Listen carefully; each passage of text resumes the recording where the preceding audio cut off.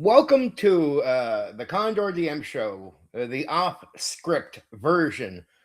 A little pre warm up before my members only content tonight. A second look at OD&D and Beck Me. I've done a stream on that before in the past. All only available now to members. You know, I see a lot of people around the tabletop role playing game community, the old school, and I see them as YouTubers making what I call short-term decisions that they're not sure of. They might make in a whim, go on a feeling. Sometimes their content can be like last minute. Like they don't even know what they're going to stream about, or they want to do a video, but they don't even know what they want to say in the video. And then some out there will just get on and say, I'm never doing this again, only to want to do that thing a day or so later.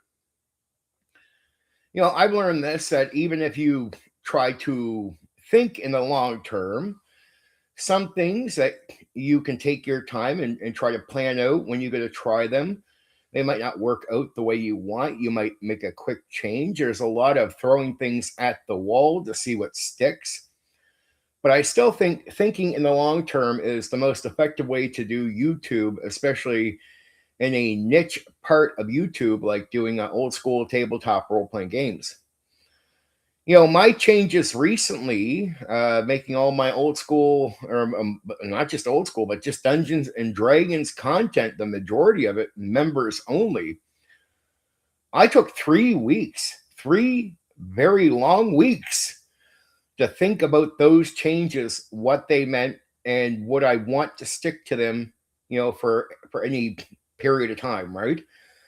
So I had to do that. But I'll see guys out there that will get emotional, get on and go, I'm never doing this again. Again, only like 2 or 3 days later, they're doing it again, even if they come up with a different reason why they're doing it. It could be a different title to the thing, but they're doing that stream they said they wouldn't do, or that type of stream. Then there are people that don't think about their content long term. I find that could be bad sometimes when you're waiting until the day before to decide what it is you're doing for content. You should, I say you should think long term all the time on YouTube. Be way ahead of the game, because there's so many other aspects I want to focus on. It's like tabletop role playing games. There's a lot of aspects I don't want to have to focus on when I'm trying to run a game or something. I want the performance and the activity to be something I can focus on outside of a number of things. So that's why I find myself leaning towards games where it's a lot easier to take certain things away. Like that's dealt with. I don't have to think about that. That is just going to function during the game. So I can think about performance and other things during the game. As a YouTuber, I like sort of the same approach, where it's not that I lock myself into content. It's to say I can adjust. I can talk about current news. I can talk about all that. But at the same time, I want to know what content I'm going to do in some way from week to week going forward, right?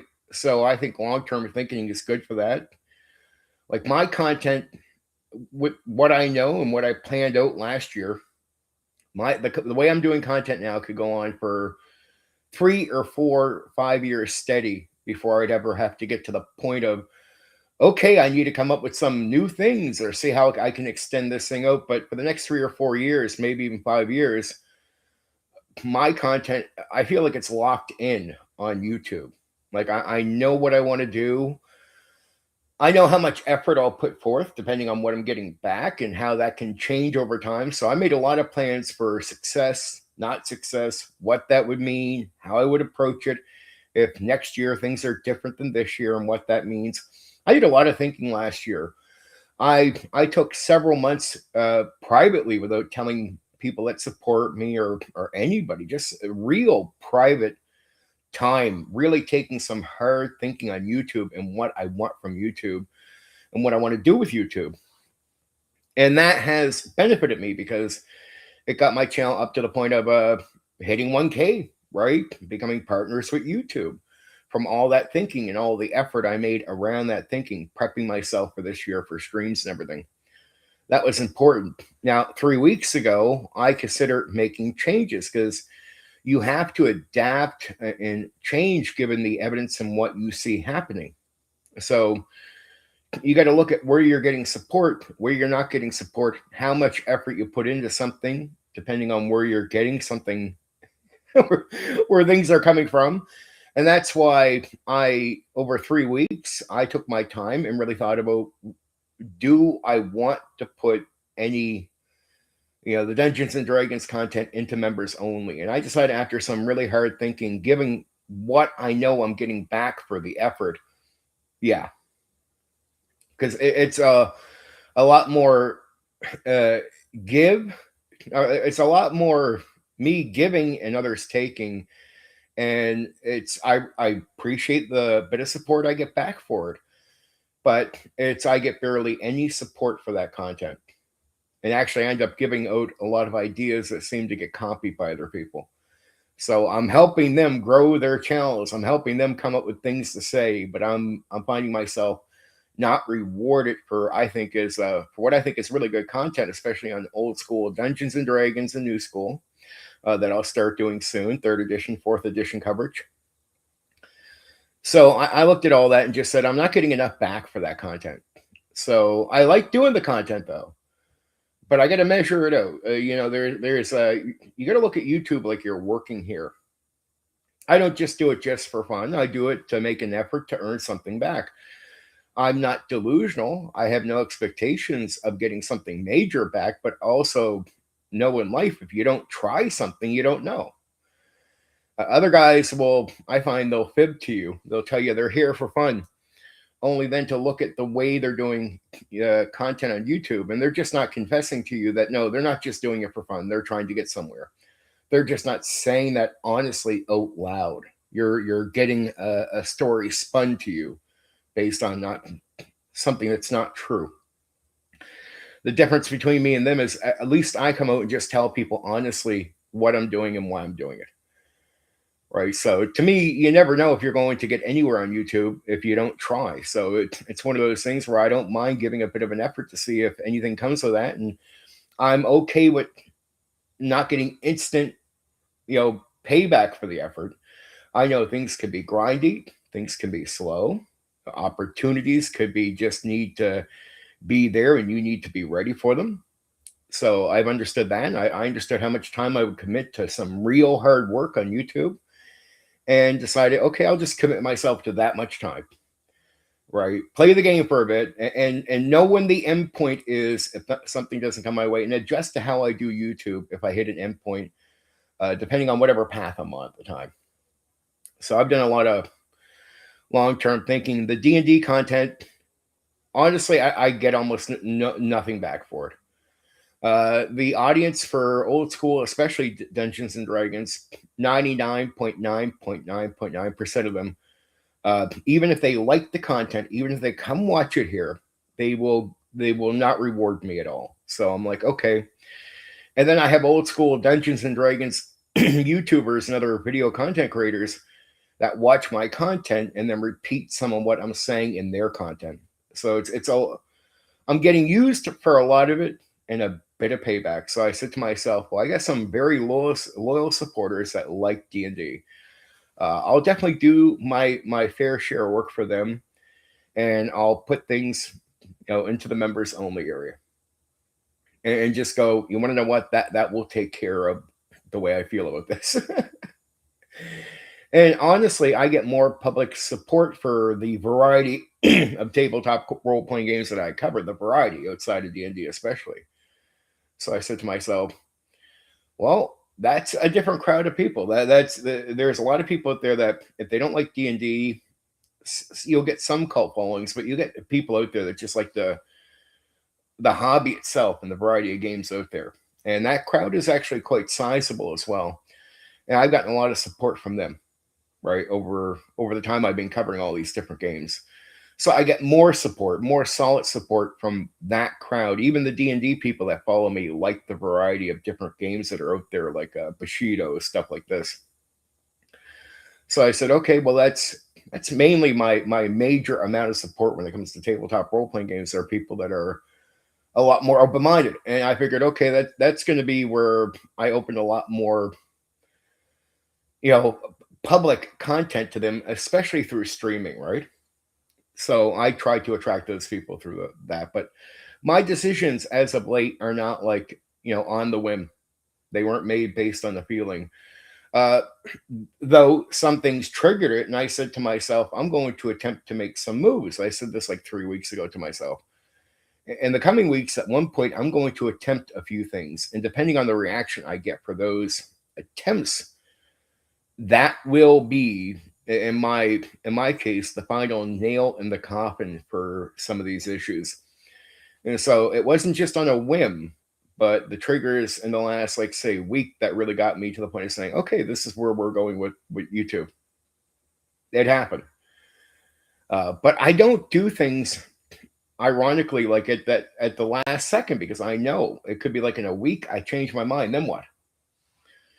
You don't want to do that. You don't want to do that to yourself ever.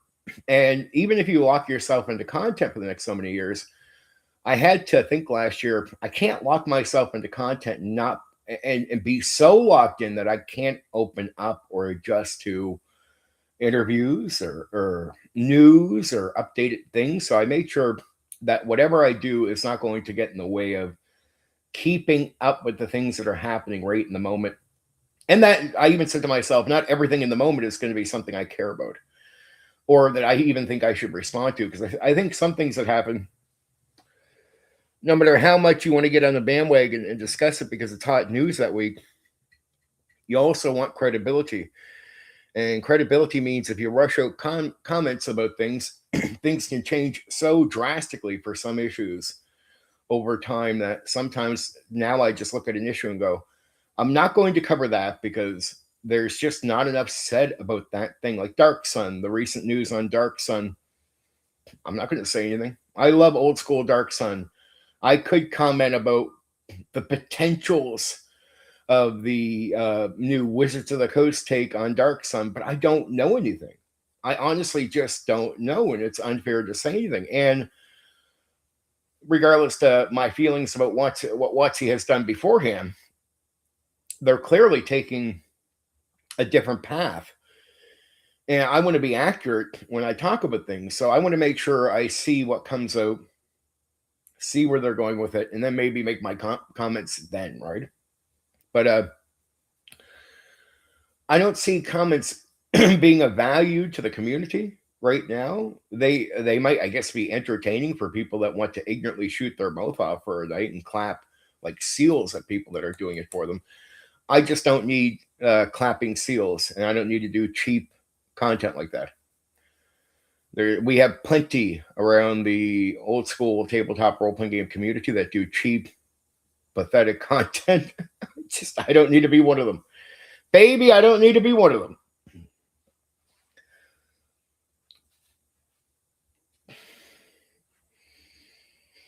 I was told about another YouTuber. I don't want to mention names because it's not about pinpointing them, and my audience probably wouldn't even know who it is. But they were saying, and I've heard this from other people too, so it's not just this one person, but recently, I hear people want to join. They'll go from wanting to DM to wanting to join as a player to different games. Like it's like I want to join and be a player again. And then I hear the rules they put forth for what they're willing to play and what they're not willing to play or how picky they are. And I'm like, you sound like a woman who's looking for a guy who's 6'2" that makes 200K a year. you are as picky as that woman. So you might have a really hard time finding a game. Now, I know how hard it is for me just on my situation. Like, for example, I'm offering a game right now that I can run on Mondays. For Monday, for a lot of people, is no go. I've actually gotten some feedback from people that would like to play, but they're like, I can't do Mondays. But if you have other days open, or if you're doing something different in the future, like let me know. So it's not like a lack of reaction, but it's like 99% of the reaction I get is people having a hard time with the day, which I totally get. So I'm not criticizing people for being completely picky, but it's their expectation when they are picky. Like they'll come out, I want to play a game, and like they expect to find a game in a week. And after a month, they have found nothing. I'm like, well, this is part of how these things work. The more picky you are, the more you cut yourself off. Monday is a terrible day for a lot of people. I just, right now, my schedule is pretty safe to Mondays most of the time. Most of the time. I won't be starting the campaign this Monday coming up. I do have an interview this Monday coming up with Grim Jim. And this Friday, I got an interview coming up with James Raggy, the guy who made Lamentations of the Flame Princess. So that should all be interesting. But Mondays are usually my best day because sometimes I prefer to do, if I'm going to do interviews, I prefer to do that on Sunday. And at the same time, I commit to some people that run games for me so I can learn about games, especially on Sundays, right? Especially on Sundays, right? But Mondays are mostly, the majority of the time, they remain open to me. So and I don't have to do something early on the Tuesday. So I can run comfortably Monday night and not have to worry about like being somewhere first thing in the morning on Tuesday. And so that works itself out around my content, around what I do, around the other gaming, around the other research I do. So Monday happens to be personally my best day. Though I'm considering doing some one-shots in the near future where I can do it in short term. So that's not an issue. But outside of that, that's Monday's my best day. And I have a hard time recruiting because of that. But I see these guys out here being picky. I'm like, dude, I might be running second edition. I'm not too picky about certain things. Here's my pickiness, which should never be the reason you have a hard time recruiting, but it has for me on some level. I expect players to have their characters done before game day. And I'll let you flake out on that. Sorry. I'll let you flake out on that 2 or 3 times at most. Like, you don't get it ready for this Monday. Okay, if we started today, you would not be in. But I can make it. No, dude. That's because it's a rule first to see if you can get something done in time.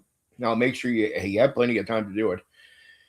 And it's a rule to see if you respect how the system works. And the other thing is, it's a rule to test authority. Right? It is to say, here's my rule. Can you handle some authority? Are you trying to step over this? Can you handle it? And that's a lot of testing on new players. But it is testing that's not perfect, but it happens to help me avoid over 90% of what we would call players that are campaign breaking bad players in the hobby. So it's extremely effective for me. Getting rid of bad players and good players. Well, guess what? They use their time wisely and make their character because as they know, the game master's doing a lot of work. They will not sit there and ignorantly ask you to accept a character on the game day when you have made it clear that you don't. They'll simply respect the rules you have put forth, and they won't ask you to break the rules that you have put forth. And they have no problem with the authority that you're showing. So they show they can get it done, they can handle authority, and they respect how this goes. If something is said, you know, this is not going to be accepted, they won't ask you to accept something that is unacceptable. And those are good flags. So those are things telling me that's a player that I want in my game. And that's a player that's going to be good long term. So 10 months from now, there's a better chance that player is stable and playing the game compared to the guy who's doing all the opposite stuff. Now, if we look at the history of our hobby and people having their campaigns broken up or horror stories, the horror stories all come from players that just didn't get with the program. You have to believe in the program first, and then I can teach you a lot after that. But part of believing in it is respecting it. That's a sign that you're in, that you give a damn. So the guy who shows up, if I say I won't accept a character on game day, say on Monday, the guy who shows up asking if I'll accept the character, he's not in on the program. He doesn't believe in what I'm doing. So it's like, dude, I mean, I don't need you to be a perfect human being. You don't even need to be a perfect player in my game. I'm not asking for the guy who makes the best decisions. I'm asking for the guy who can go with the functioning thing, because you can learn over time. but I need you in on the program. That's more important than anything. So a player says, I'm really good at making decisions and everything else. I'm like, well, I don't care, dude. If you come with these other red flags, you'll hurt the game anyway. So it doesn't matter how good you play on any given night, right? I need a stable player, not somebody who plays good one Monday night, but then he's causing arguments or conflict the next one, doesn't get things done in time, even though he plays well, stuff like this. There is no exception. The things beforehand are all things to show that you're committed to the thing. How good of a player you are as far as making decisions. I mean, it's just a game. I don't, it sucks to see people fail, but failing is part of the game. I'm not asking for a perfect player. I'm asking for a player who simply respects the gimmick. And those players, good or bad at decision making, will be stable long term, pretty much almost every single time. Just saying, that's my experience over decades and running for thousands of players. The consistency in those players being good is on the ball. And the players that I talk about that don't follow things, the vast majority of them break games. They are no good to your table. They have to adjust their behavior and their approach. And when they finally do, when they show you that, maybe they're ready for something serious. But until then, they show up to the table not for the activity in the group in a shared experience. They show up for the activity, but for their own selfish experience, where they mostly only focus on themselves.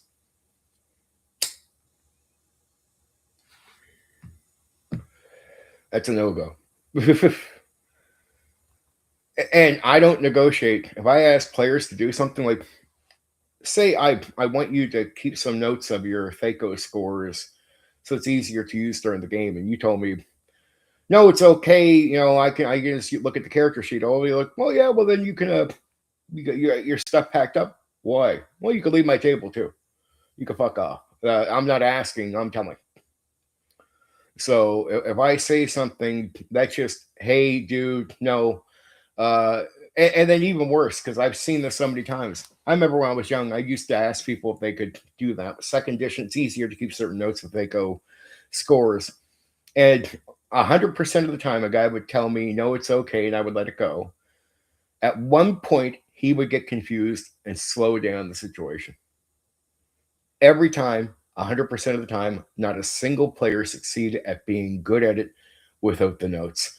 And I mean, some of the most intelligent people I met tripped up, right? Tripped up in the midst of gameplay, because that's just how the mind works. And I knew this consistently. It didn't matter how intelligent you were. Mistake is going to come. So once you know the mistake is going to come, you're just left to like, look, dude, I've seen over 300 players make the mistake. I have never seen one of the 300 plus players that I've seen do this ever get around the mistake. At this point, the mistake, the error is 100%, not 99.9%. I've not encountered a player who hasn't made it. So when I say do this, do this. No, you don't want to. Well, at this age, it's, well, dude, you're either going to do it or you're going to leave the table. And I seen one player show up where he didn't have it done after I said that. And he showed up. He's like, well, dude, I just, I disagree with you. Well, you can leave the table now. Oh, come on. You're not really kicking me out. Yes, I am. Yes, I am. And my personal friends and family know. They would never show up to my table. Even people I personally know that know me well, because they know I'd make an example of them first. So it's like, yeah, sorry, stranger. If I'm going to put that type of heat on my own personal friends that I know in life and my family, my blood, if I'll put that heat on them, and I will, sorry, stranger, on the internet or wherever in life or in person, yeah, you're going to receive the heat that my blood would receive or my personal friends would receive. And trust me, they get it. I just don't mess about. And I've told people in the past that instead of having games try to control players, I don't want to make a game where it says the game comes up with rules to control the players. I'd be like, that's the stupidest thing I've ever seen in my life. If I see that, I would just say, like, look, the best way to get rid of bad players is not to accept them into your games. And I'd rather watch grass grow than run a game for bad players.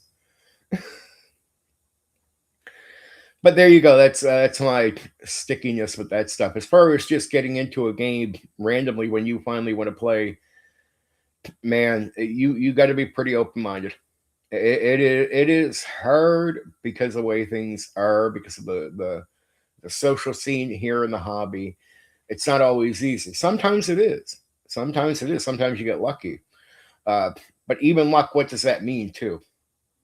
Some guys will be like, I'm here looking for a serious game, and they'll be like, oh, look, I'm in one right away, but a week later.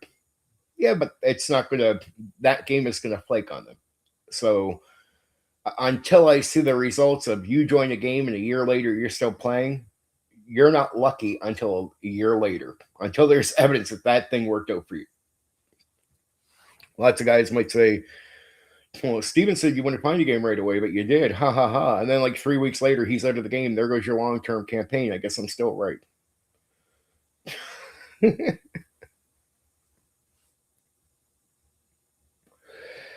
I see some people out here. There's people that love D&D, and then there's the odd group of people that really hate it. I mean, hate it badly. Some of them will have a legit take on why D&D is bad, and some have some of the most foolish opinions I've ever heard in my life about why D&D sucks, or even old school.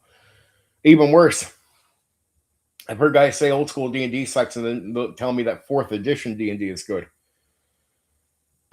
I'm like, it's the one for the most mediocre people in the entire hobby outside of 5e.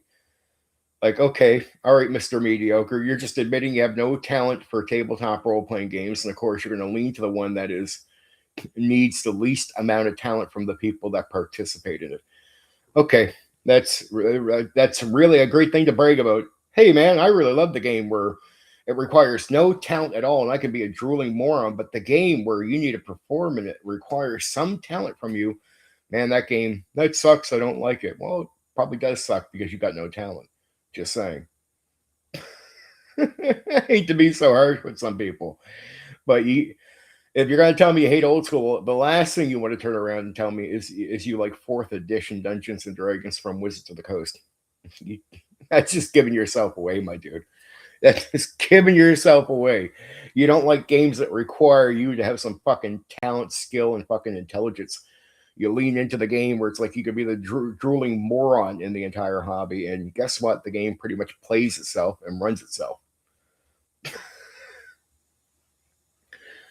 The game, a game like 4th edition, I'm not picking on it, but it tells players what to do, and then it tells the DM what to do. At one point, you realize, because the game, your people managing what the game books and text are doing.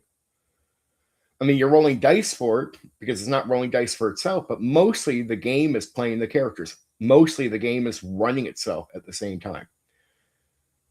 Like the people participating in the game are not the major key factor in what's happening. I mean, it's like, okay, 4th edition player, what are you doing? Well, the game says to do this. The game gives me these options, and I can pick one A, B, or C. Okay. Hey, DM, what are you doing? Well, I'm doing what the book tells me to do. Got to check to see what the book says to do this. Okay. Are either one of you doing any real hard thinking on your own? Like, no. Okay.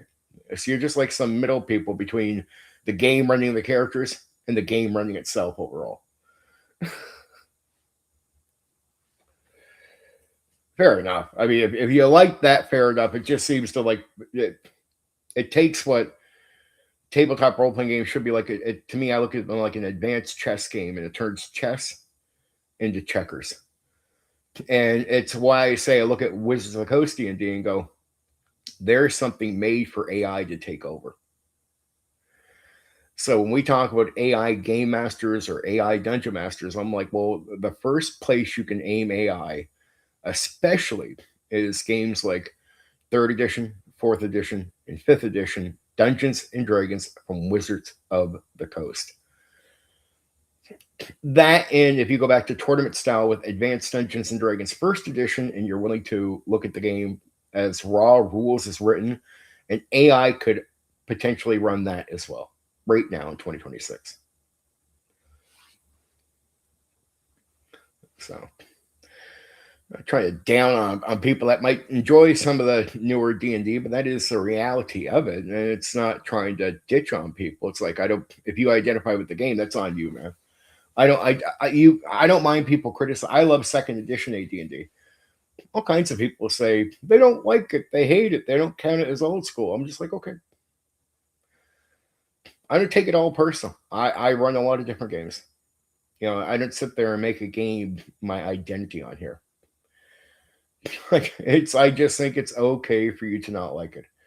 I don't take it personal. I don't try to report your YouTube channel. I don't attack you over you not liking 2E. I prefer pure theater of the mind combat, like just pure theater of the mind gaming, no miniatures.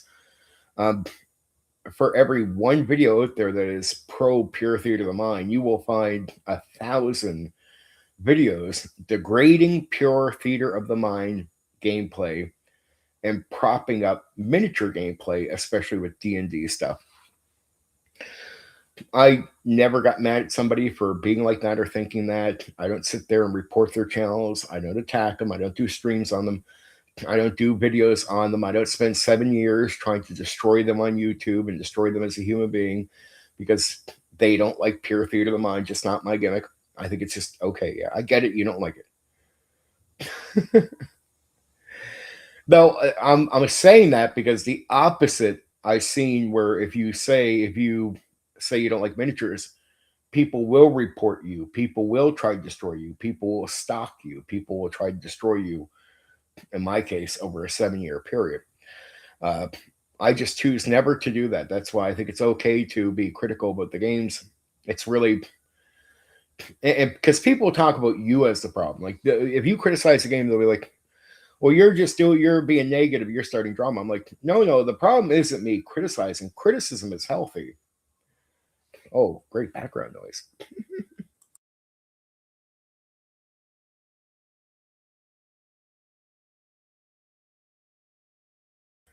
But the problem isn't the criticism because all hobbies, you should be able to be critical of games or whatever. Criticism is just a natural part of public dialogue. The real issue is the people's reaction to the criticism. So if you blow up because somebody's being critical about a tabletop role playing game, the person being critical is not the issue. You are. And if many people overreact to it, that means the crowd is now the issue, not the individual criticizing a game. And that usually happens when you're dealing with an echo chamber. Sadly, when there's no echo chamber, when people are allowed to have a various amount of opinions, and that's something that people push for, you don't see an overkill reaction. It's only when you're dealing with an echo chamber and you do criticism do you see a really bad reaction. It's funny. I've even learned this over the years, especially around the old school tabletop role playing game community. There's a lot of guys in the echo chamber that don't even know they're in the echo chamber. They'll say, and some of them even funnier. They'll acknowledge an echo chamber exists, and then they'll sit there and say, "Yeah, but I'm not part of the echo chamber." And I'm like, "I'll be okay. Well, let me hear what you think." And then I'll hear what they think, and they give me the same pushback. They do all the same stuff. I'm like, dude, I get the idea of an echo chamber is negative, and you don't want to be perceived as being part of it because you think that hurts you in your public discourse about this. But guess what? If you walk like a duck, talk like a duck, you smell like a duck, you look like a duck, you're a fucking duck. You're a part of the echo chamber. Right? And there's a lot of guys out there that will say that they won't deny that one exists, especially with old school D&D online, but they'll end up actually being a part of that echo chamber. It's like, think about it when you join the ocean of the echo chamber and go after an individual because they're saying something most people in the echo chamber don't agree with, you got to realize at that point you're standing with the echo chamber, not apart from it. Like, it's one thing to disagree, but if you're using the same tactics you see people using in an echo chamber, guess what, dude? That's you. You're a part of it. It's hard to see it, or it's hard to see your place in it, right? A lot of guys think they're special when they end up getting caught up with a bunch of sheep. I'm like, no, dude, you're one of the sheep. You're definitely one of the sheep in the hobby. But there you go. I don't really. The positives with the tabletop role playing game hobby to me also seem a little phony. Phony baloney. Phony baloney. A lot of sessions, a lot of groups don't last long. There's a lot of negativity happening in new games, and we perceive the positive as something good, but I look at the results of the positive content, the positive reaction, the majority, and I realize there's a lot of falsity there. There is a lot of falsity there. I think the more important conversations happen to be a little negative. Like, I think they're more important. They have to happen. I look at the positive side of the hobby where people are ignoring these deeper issues. And it's like, when I see good games that are absolutely good, where people could just focus on their game, and I mean supremely good, you're talking like less than 3% of people that are participating in the overall hobby. I'm like, that's not good enough. Because that's potentially telling you like over 90% of people in the hobby, no matter how positive of the side of the hobby they try to focus on, the outcome of their gaming is negative. The outcome of their experience is negative. The outcome is overall is negative. And it's because a lot of people want to ignore certain things. It's why people get really annoyed with me, like, because I get boring. You talk to me with certain topics, I can get really boring because I'm just telling the truth all the time. So my story doesn't change. Sometimes I could be repeating something if you ask me about it. But there's a lot of negativity in the tabletop role-playing game hobby, and the way we get by for 50 years is ignoring it. That's all we do. Yeah, let's ignore it again today. Okay, it's going to be there tomorrow.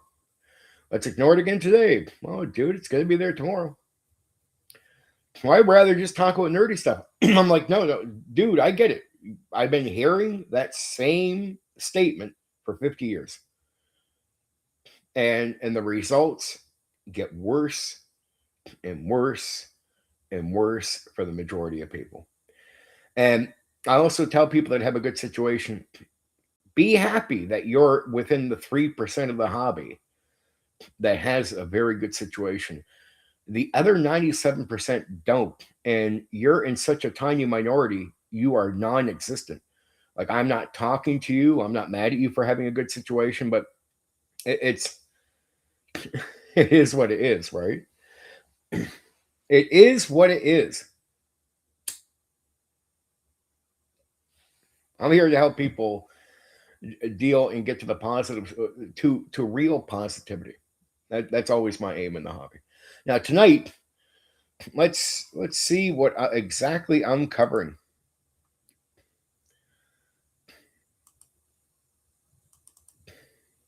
This should be interesting. So, look, I recently said D&D, Dungeons and Dragons, is not a war game, and I'm taking a second look at OD&D, and back me tonight. I can't really get around the topic if I'm going to take an honest look. So I did my homework, and on the members only stream tonight, I'm going to give you an honest, fact base, information background on D&D and wargaming and where I see that changing. A complete honest thing. No generalization. We're going to go into the facts. The facts. And they're going to lean here and there. I'm just going to be honest. I don't care about what I think. I don't try to take what I think and enforce it like a god. Like, I just don't want to turn my own thoughts or my own opinions into an agenda. So when I get strong on something and I lean into the facts, even if the facts don't strongly support what I'm saying, I don't care. I do not change the facts. I do not twist things to make my argument sound better. As much as other people do that out there, I don't do it. I am against agendas, and I don't want to be one who's serving agendas or creating them myself. So tonight at the opening, I'm going to look at the history of D&D and wargaming, just on the opening part, and give you a real fact-based statement on where the D&D's history with wargaming, right up, to the pretty much to the end of TSR, and what I really think, but all based on the facts, which to some people that like the idea of D&D being wargaming, I guarantee they'll like some of the earlier statements I'm going to make in that coverage. I guarantee it. I guarantee it. But this is just me being honest and not creating an agenda. You got to practice what you preach, my friend. You got to practice what you preach. So you give people the facts. When you say you're giving the facts, you got to give the facts, not selective either. It can't be selective because then people will just come back. Well, what about this? What about this? No, and that's fair. That's fair if I was selective. I will not be selective. So we'll look at D&D and wargaming, a real honest look. I mean, genuine, fact-based, detailed look at that. Then I'll be covering the history of the Strategic Review magazine and the Dungeon magazine, because of how related they are to OD&D. Well, Strategic Review magazine has a lot of connections with OD&D. Dungeon has a lot of connections with OD&D and BECME, basic. And I want to go over those two magazines because I think they're very valuable. And I still think they have value today. There's something to look back at. You can always hear what something is at the end of its run. And it can be hard to understand some points of view or even misunderstand what you're hearing. When you go back to the base of where things started, you'd be surprised. You're actually going to learn.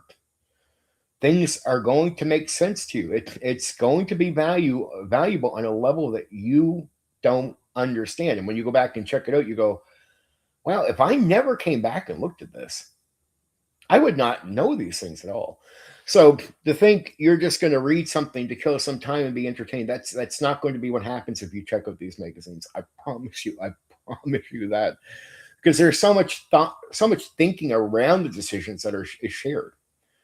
So it's not just here, this came in the Dungeon magazine or the Dragon magazine. It's like this came, and in it you get thoughts around that thing, and those thoughts are some things that get lost in history, and they become very valuable to you in learning why people have done something. Because sometimes a lot of times the reasoning is more powerful than the actual outcome of the reasoning. So it's good to hear the reason why people have done something, and just to learn.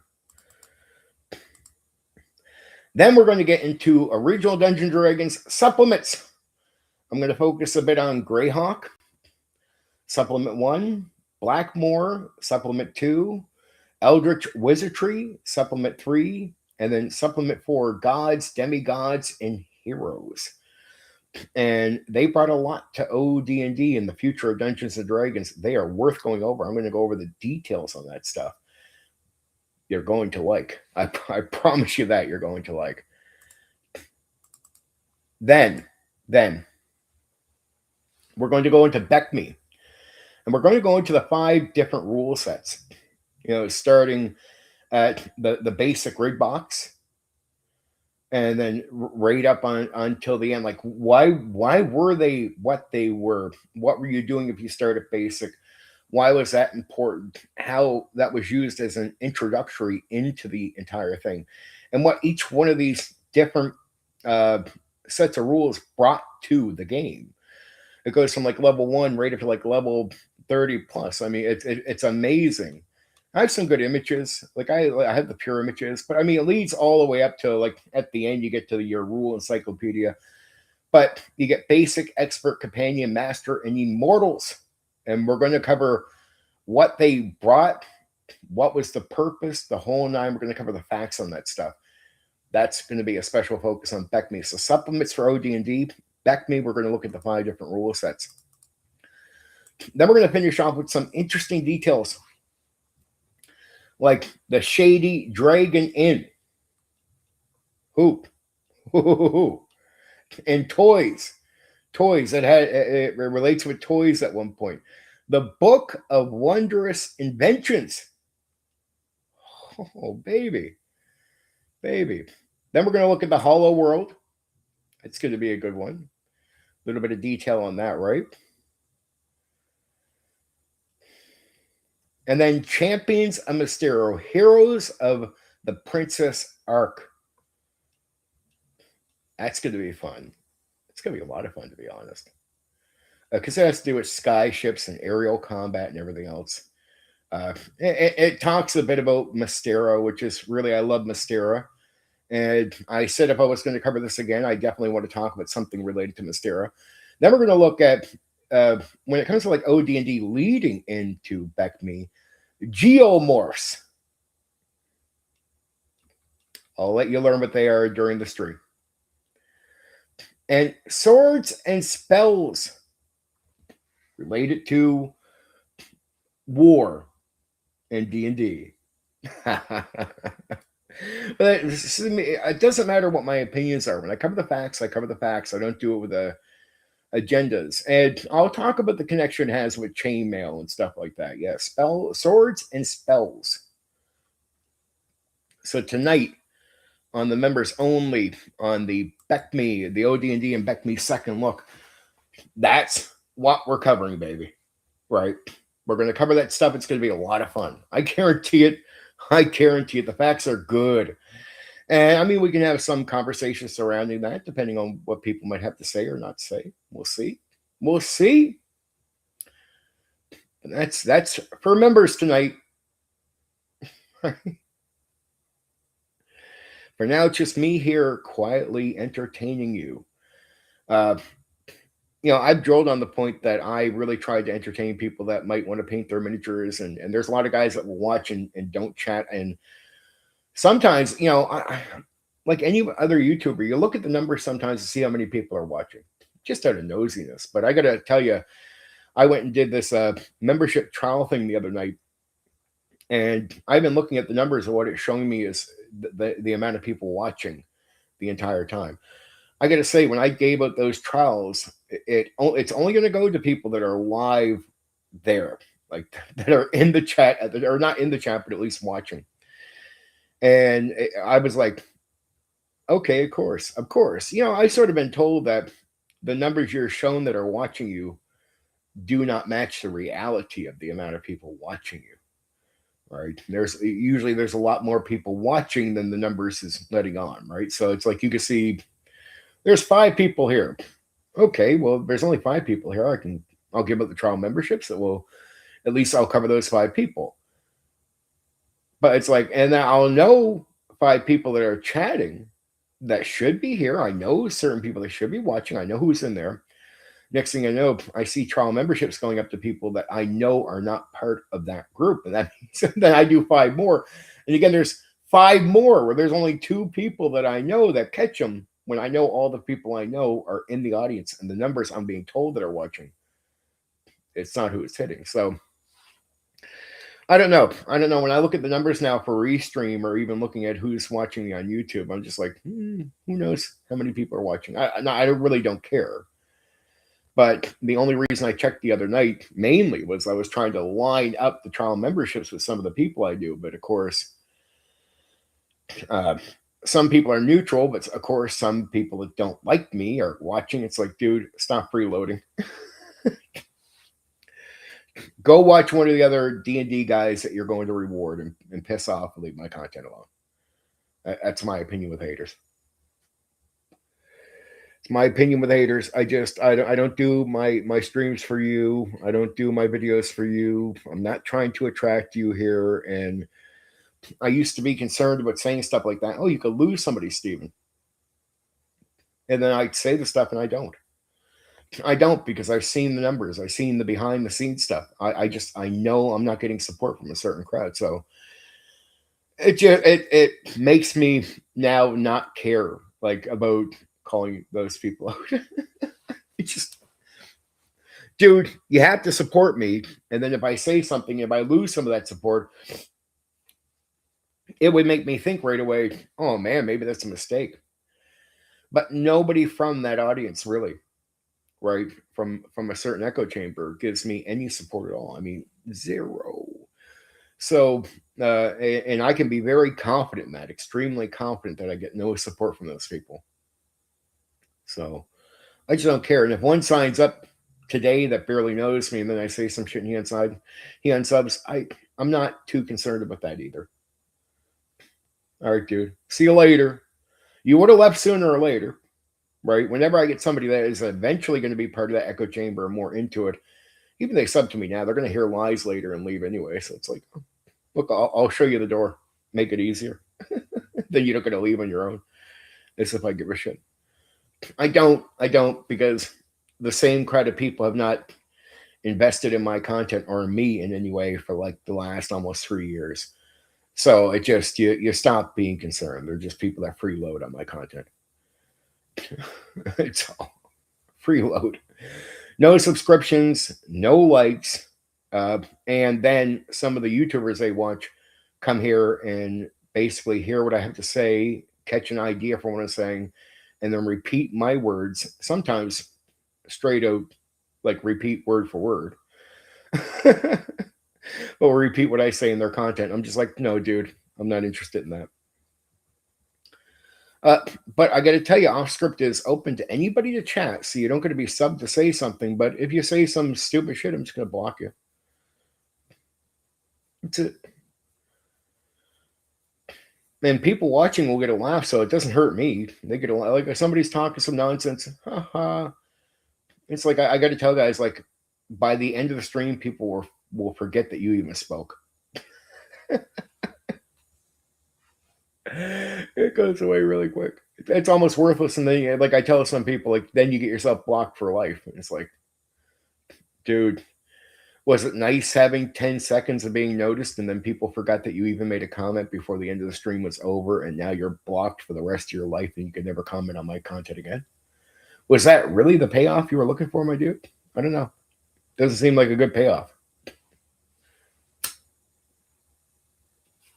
Especially when you know the guy is like, it's an old school tabletop role playing games guy. So it's a guy like in his 40s, 50s, or 60s. And I'm like, does it also come across well when you behave like a 9-year-old little boy in reaction to people online? What does it say to people about you? I don't know. Because grown men don't act that way. Just not a thing.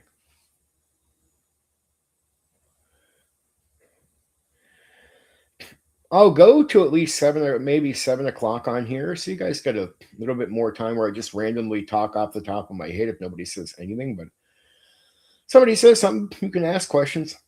This is open to the audience. It's up to you guys if you want to talk. I don't care.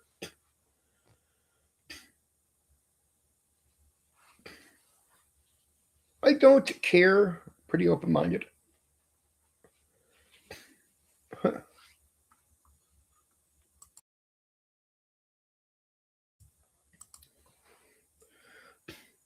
You know, most of my streams are about entertaining people. That's why, unlike other guys, if the chat doesn't go too well, they're like, well, nobody's talking, I'll leave. Well, off script is my exception. Sometimes I will end early in off script if nobody's talking because it is my stream focused on you, the audience. And if you don't participate in those streams, that to me, it's like, well, that's an opportunity I gave you. And I'll move on. Fair enough, because that is a focus on you. On every other stream, people know me, and my supporters know this really well. I come with prepared information, and I'm ready to entertain them while they say nothing and paint miniatures and do whatever they want to do while they listen. I don't care if they play games. I don't care what they do. If they're going to be willing to click on this, listen to me, and give me their time while they cook, while they do whatever in life, very happy. And I'm here to entertain you. On those streams, chat is not necessary. It is an entertainment. It's a live entertainment. It's like if you feel the need to say something, you have access to me right there, so you can. And I welcome it. I tell people not to worry about cutting me off, or it's still all about you, right? I am here serving you. But so a lot of my guys will sit here if they ever see like somebody else saying, well, no one's chatting. I'll see like 2 or 3 of my guys just be like popping in like, sorry, dude, I was painting. And I'm like, no, you don't have to explain yourself. Relax. Because I've had the talk with them so many times. They know the deal, right? But yeah, it's outside of that is off script. And the off script is always the exception to that. That is the one where I'll be like, well, I don't got too many things planned to say. So this is the conversation gets hot. Like I have a lot more to say when you have something to ask me about.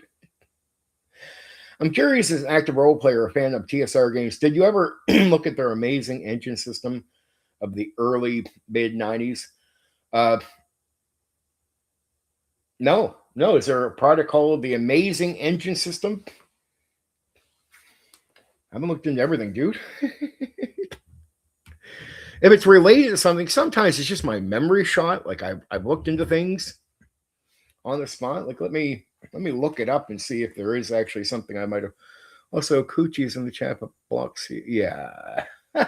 There we go. Sorry there, Coochie. Baby, I didn't know you were. I forget that all the time. I always got to check with him, and I forget to do that part. I'm told that if you go to like do this live thing, you can fix that. I have not figured out how to exactly do that myself. I'm checking here, Coochie. Sorry, baby. I love you. I just I didn't know. Usually I check this thing. But tonight just a little I'll confess, a little flaky on my little flaky. Just a wee bit flaky. You're not blocked by me. Let's be absolutely clear about that. I have you unblocked on stream. I have you unblocked on YouTube, and I have to switch over to my other YouTube account and then open up come to my own stream with my movie review channel, and then I can finally see what you're saying to me.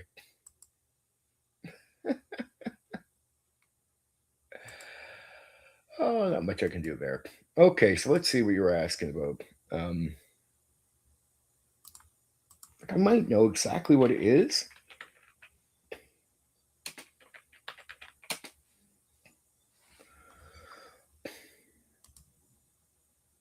Hello. Yes, hello, Coochie.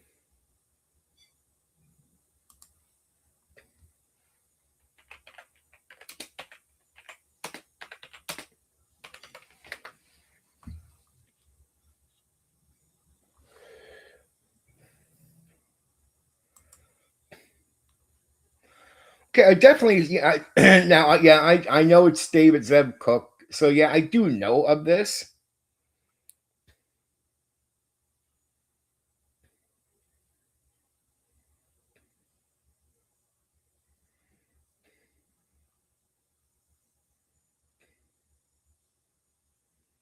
I know the games. I know Gamma World.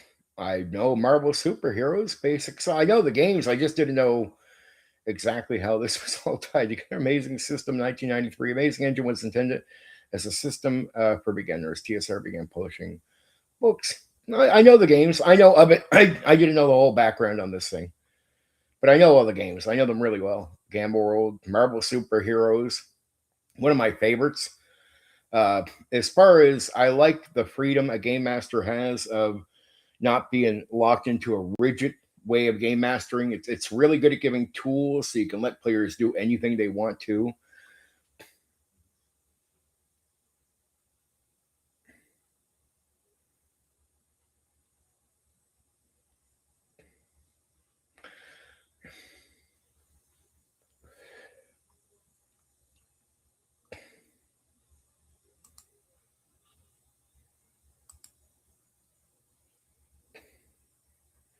I remember Gary.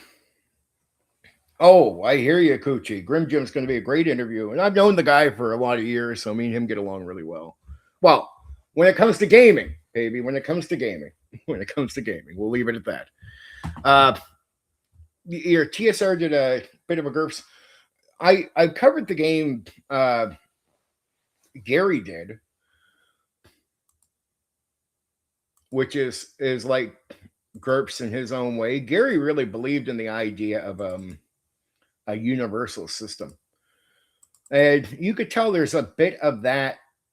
Amazingly, I'd say there's a bit of that with D&D. Dangerous Journeys, I think it's called, for the Gary thing. But yeah, you can see a little bit of that with D&D. I don't think those games came around. It was post those games. Okay, yeah, all right, fair enough. I'd have to do a little bit more research on that. I think it has to do with that Mage Tech thing is what I heard about. That's one I know for sure related to that, but that's vague. Not a bad question, dude. Wish I had a better answer for you. As far as going to the GURPS realm, I know Gary was big on the idea of a universal system. And when you look at D&D being as generic as it was, where you could apply anything, that was something right there.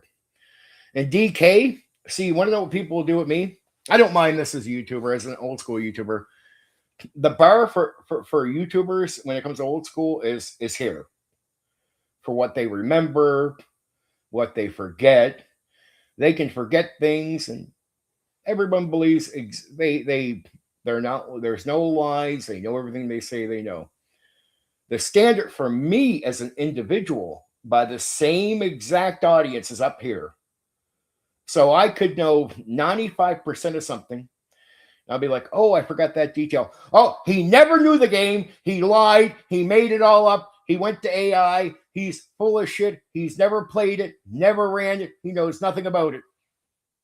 Yet this same next thing, the next old school tabletop role-playing game YouTuber, D&D guy, could forget 75% about a game.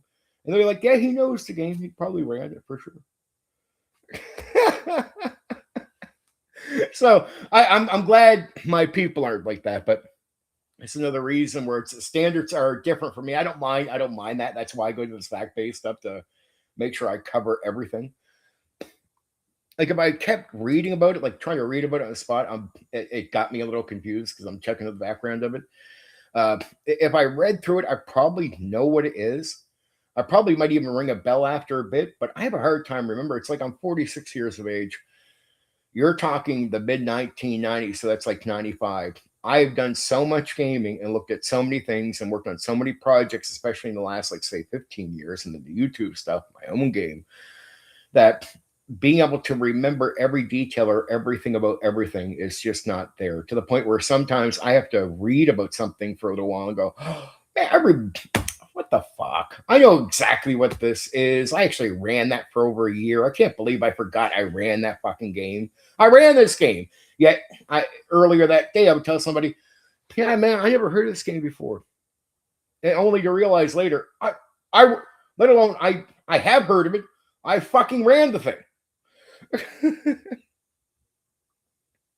No, nobody can.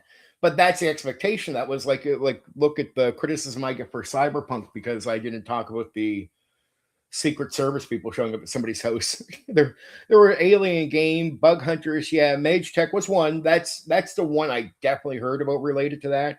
But you're right. I thought it was related to the other three games, but you're right. It does say it came after. Also 46. Then you know exactly what I'm talking about. It's hard to remember half this shit. And I did so much gaming. Even people, sometimes I'll meet people that think they played a lot of games. And they'll be like telling me about like 20 of them. And I'm like, I don't want to say that because it sounds like bragging. I've done over 60 easily. Like I've done so many games. And then in the last like a year or so, I've been doing these short runs, like 3 sessions where guys run me through them. So I could say DK, I'm rapidly moving up. Like I played a bit of 3rd edition, 4th edition, very recently without saying anything to anyone. Quietly, very quietly. Getting that done, a few hours, and ironically, it wasn't 8-hour sessions. Wish it was, but it was a few hours for each. But it was like it was mainly me and another player with a DM running both games, trying it out, uh, just so I can do actual coverage on them. But yeah, the Mage Checker, the Bug Hunter. What was your DK? What was your thoughts on that universal system? Because I know Gary was definitely somebody who thought he was not opposed to universal systems. Actually, he was quite pro. And when I look at D&D and I see the restriction people put on it through Raw, I'm like, that's just not the mindset of Gary. And actually, Gary says master it through Raw, but then make whatever changes you want, even to the core rules. Like you can, in his mind, you can adjust Thaco. You can adjust the battle matrix. You can adjust actual core game elements. Because if you're a master of the game, you should be able to do that and maintain the feel and an overall structure of D&D in the process. And he says this because his game designers that work for TSR, they made those core changes and maintained D&D as the structure they had. So in his mind was, if you're a DM, you should be able to get to the point where you've mastered the game on the level a designer will have mastered it that's working at TSR. At that stage, you can now change core stuff, not just take optional stuff, but you can change core stuff and still maintain the overall feel of what D&D is. Generically, he would say you don't want to carelessly make changes, but he does expect you to make changes even to the core. He actually expects you to. He thinks it's actually going to be a requirement because he thinks we all, in his mind, we all run the game a different way. We all have our own way of coming at the game. And because we all have our own way, one way won't work for everyone. That's he assumes this. I like he's not going to say what D&D is because D&D is you buy it, that's it.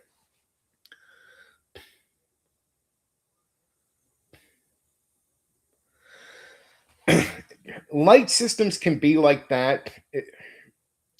Here's my only thing. Like Tunnels and Trolls was a very successful game for a light game, right? Here's what light games require. You have to have, in my honest opinion, if they are to work, you got to have a really extremely talented person at the head of the table. Here's how I know for sure the lighter it is, the potential for better gaming. Because the more crunchy it can be in most cases when it's rigid, it will help. It might make the mediocre game master potentially run a game that seems to be better than what he could produce. But that same crunchy, rigid game will also hold down the better game master who could produce a better game than what that system is giving you. So the guy who's actually good can run a better session than the system actually produces. And he's going to be held down by the system. But the system, ironically, will help the guy who sucks at it run a better game. It's a weird, it's a double blade, right? Like it hurts in certain ways. Lighter rule games really go down to talent because I remember my first introduction to tabletop role-playing games in the pure sense. When I first asked to enter Organized, I had a book thrown at me. Before Organized, what got me into the idea of wanting to play was my buddy John offered to run a bit of a, just like you've heard about, tabletop role-playing games. I'm like, yeah, D&D, like my family plays and other people in the military play. Like, yeah. He's like, you want to try something like that? Sure. And he had us, me and my friend Jeff, make up characters where it was not organized at all. There was no stats. There was no nothing. There was no hit points. He had a D6. He said, I'll make up the rules as we go. I know nothing about, I'm young. It is 87. I know nothing about tabletop role-playing games. I don't know to criticize. I don't know to say if he's good or I don't know nothing about nothing. We played, and I'd say this, John, outside of my mentor, is the best game master I've ever encountered, and one of the best game masters in my life. Now he's gone now, but when he ran with a D6, making it up with no hit points. There's not an organized game today that would produce better sessions than what that guy could produce with a D6, making it up as it goes. His sessions were fucking mind-blowingly good. And when I played later again after getting into organized and we did some freestyle, he came back and ran like a short campaign for me and a few other people. Mind-blowingly good. Almost pretty much no rules at all. Made it up again as he went. It's so good. It's better. What he ran was better than anything you could ever encounter on the market. The guy was amazing. And he had no game, no system. Never seen a guy run it better than he did, especially under those circumstances. He proves that talent overrides any rigid, crunchy game there ever will be. And when you get a talented guy running, you can give that guy a D6 and no fucking rules, and he'll run the best session you've ever taken part in your fucking life. You don't need D&D. You don't need nothing. Now, Gary and them understood that. That's why Gary made comments like, you don't want the customer to realize that they don't need us. They don't even need our game to be able to do the thing at the table. John is the fucking poster child for you can do this at the table with absolutely no system. And the guy was better than any game master I've ever met, like that could ever even try something like that. Pure improvising, pure like on the spot, amazing stuff. You give him a rigid game, that game would take a wrecking ball to the quality of his sessions. And his sessions will be is a million times better than any crunchy, rigid game that will ever exist. So light rules usually depends on the talent of the people running. Now, it depends on what light rules are. I need to study this a bit more. If they get crunchy in the wrong areas, it can hold you down, trip you up, I find personally. But that's what I would say about the light rules. And the thing is, how many talented people like that do we draw to the hobby?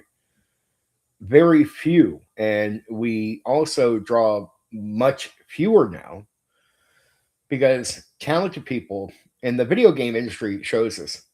Say you go to YouTube and you're looking for some of the most talented players in all of video games, like just the most talented guys that are like en masse. What game are they showing up to? Well, games where you can easily cheat, cheaters will be hiked up. A lot of other games will be mediocre gameplay, but wherever a game is where it's hard to cheat, and only the cream of the crop are going to mostly be recognized as great. What you'll find is wherever talent can show itself off, talent will appear. So a game like Rust or DayZ has some of the most talented people on YouTube you will ever see play games, period, en masse. Because you have to be talented players to be recognized as talented players there. You can't be a fake. You can't be mediocre in most cases and ever be able to sit on a throne beside one of those players. And our hobby, thank you, and our hobby, I'll just finish the statement anyway. In our hobby, the majority of people sitting on the throne chairs are people that could not earn their way to that chair and have no talent or skill to be sitting at that chair. Period. End of story.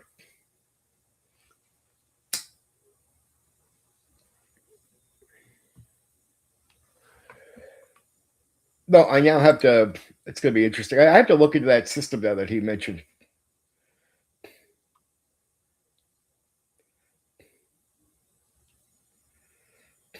Poor Coochie. Anyone gaming tonight? Well, Coochie, I seen you talking there. No. I got tonight. I'm busy on doing the stream thing here. Then I got the interview tomorrow with James Raggy. I'll be gaming Sunday night. Samuel G is going to be running Burning Wheel.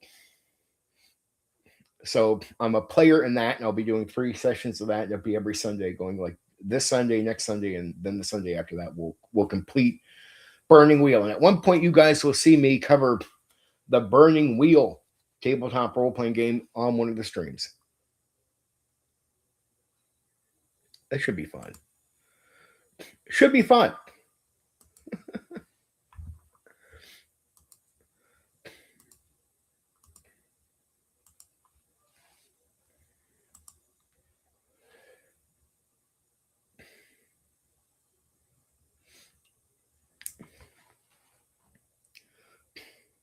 So let's see. Let's that game our friend DK was mentioning, or the system, the engine. Bug Hunters, a near future world book where the players are clones forced to fight aliens. Recycled for D20 Future. Interesting. Then there was something called For Fairy Queen and Country. For Fairy Queen and Country. Oh, this actually sounds quite interesting. Magical Victorian England with a twist. Magic and fairies are real. Not bad. The Galactose Barrier. Space opera, sort of Star Wars, I guess, style. Except instead of the Force, it's called music. So it's like space opera. Instead of the Force, they sort of use music. Then there's the Chromosome. Biopunk using both traditional cyberware and genetic material for animals. Magitech, Dungeons and Dragons meet Earth, fantasy mixed with the contemporary world. Basically, how the world would be different if magic were real and elves, dwarves, etc. were around. Interesting. Well, here's one game I've actually covered, so this, I guess, is considered part of that system. I didn't know that. Metamorphosis Alpha. But this one says Metamorphosis Alpha to Omega. Post-apocalyptic science fiction with high technology and mutants based on... Oh, so it's another version of the Metamorphosis Alpha game that I actually ran. All right, well, that's different.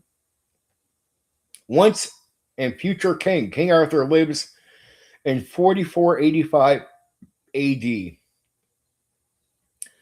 Spaceflight and combat armor. I don't know. That sounds stupid. King Arthur lives in 4485 AD. I don't know.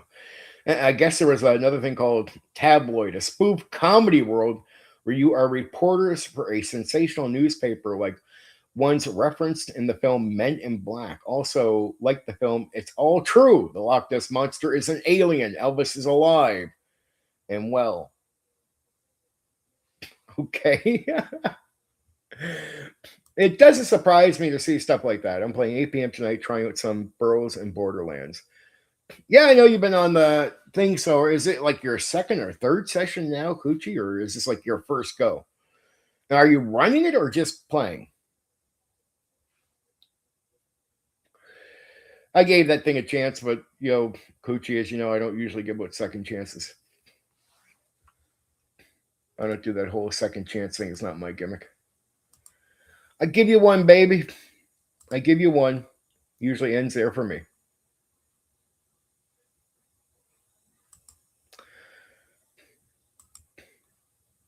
Hey, I'll say this. I think the creator's a nice guy. I don't want to insult him and say I don't think he's a nice guy. I think he's a nice guy. Came by and pretty much said that's the way that went down. It's not his gimmick. It's not what he does, and I believe him. I have no doubt. The creator of Burrows and Borderlands is a nice, cool guy. It's a good reputation. I'm pretty sure that's going to live up to the hype. Fair enough, my dude. I will not dote you. Like, I will not dote the guy. Seems like a nice guy. I just don't give second chances, so. Nice guy or not, right? Nothing personal, my dude, but that's how that works. You got your one. You got the one. I do the one. Hey, at least I give out opportunities. People can't say I don't do that. So I'm not all that bad. I'm not all that bad. First go around. Just playing. Tell us about the character. Coochie, what are you playing, my dude? What are you playing for Burroughs and Borderlands? And this is the shared world one, so I don't know. Just ask, are they doing shared world in real time? I take it. Or are you in a more individual game where it's about just the DM players? Because I don't know if they do both with that or if it's just you're playing in the shared world like Thirdfire type of gimmick. Here's me asking you questions, kid. But I want to clarify my statements on him because I said I wasn't sure, and I'm glad that I never jumped the gun and said something negative about a person I didn't know. I didn't know the guy, the creator of that game, but he came by after my little, I guess, getting booted from it. And I believe him. He said it wasn't him, it was a mod, and he didn't agree with what the mod did and had to talk with them and invited me back to the server. Nice guy. Now, I'm not turning him down because I don't like the guy or something like that. It's just I have principles and rules, and dude, not my gimmick. And also his mods lied to him. His mods actually told him we booted Condor DM out because of trouble he gives in other servers. I give zero trouble in other servers.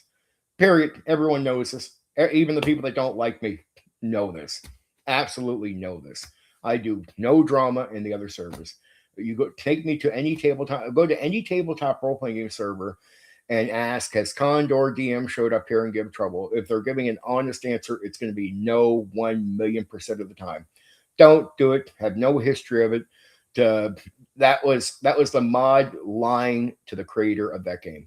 That was his mod first Discord thing, lying straight to him. And it's like, no, okay, if that's the people running the show there, even if I were going to be open to going back to the Borders land Discord, it would not be with people with that type of authority.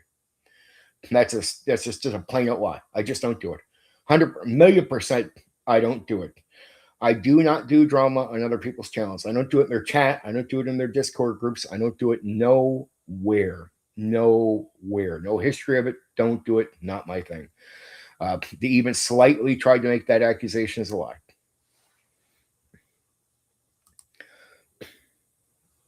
Just random character. No, I'm totally supportive of him being a nice guy. But his mods are people that just initially don't like me because of tabletop role-playing game opinions. Coochie, that's it. I don't have the right opinions. So since I don't have the right opinions, I got booted from that server. It's only when he found out I got booted, he thought that was completely wrong. He came straight to me and said, look, I don't see any problems with you. You can come back. And I was just like, no. I never said no to him directly. I said I'd think about it. He said you should, but it's like, well, dude, you got the wrong people in the show there. These are people that are two-faced trash liars. And I'm going to call them that because they're fucking lying about me. Oh, he gives trouble elsewhere. You just made that up, dude. No, I don't.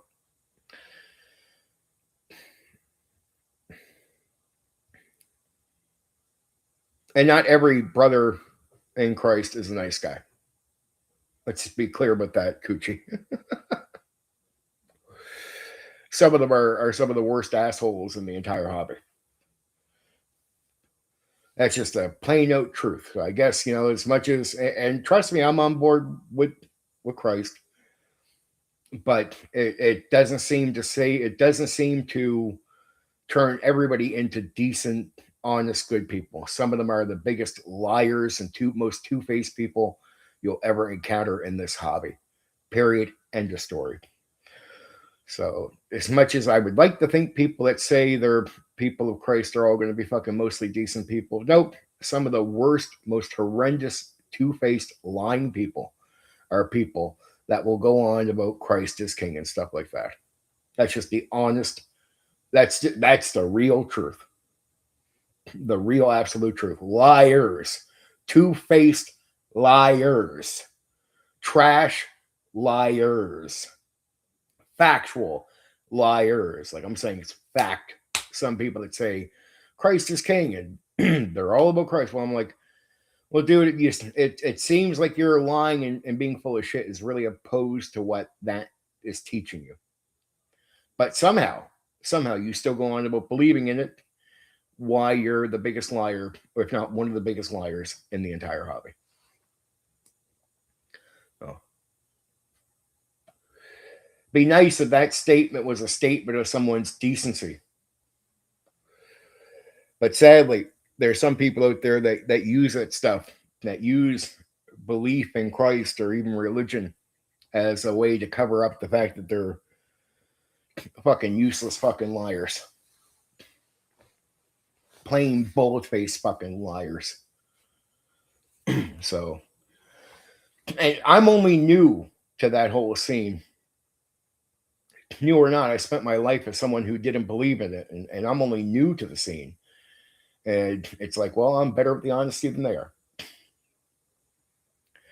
Religion has always been used as a shield by most cowardly, hypocritical fucks out there, regardless of religion. Still doesn't change reality of how valid the faith is. Yeah. I 1,000,000% agree with you. And good evening. 100,000,000% agree with you. Because sometimes it's the opposite. Even a good act doesn't say that a religion is valid. So as much as the bad act doesn't take away from something, even a good act doesn't always give to something.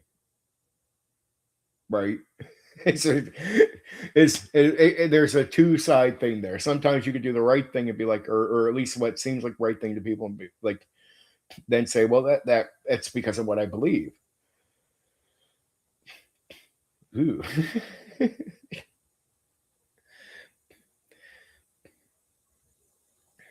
Yeah, I've been chatting for a bit. I mean, a few people made comments. I'm mostly here by myself for about an hour and a half almost now. Figure I'll talk for a few more, but let's again go over one more time Black Rose. So this is for tonight. This is going to be good. Yeah, this is fact-based stuff. So you know when I cover tonight's stream on the members only thing, it's going to be facts.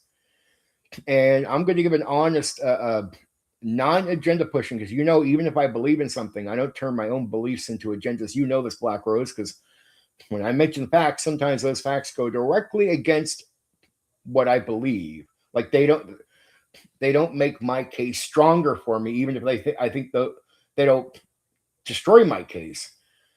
They don't make it stronger. I could fib, I could leave out the detail, but you know I don't, and I do that on purpose because I don't want to turn my own what I believe into agendas where I become deceitful for an agenda that I created.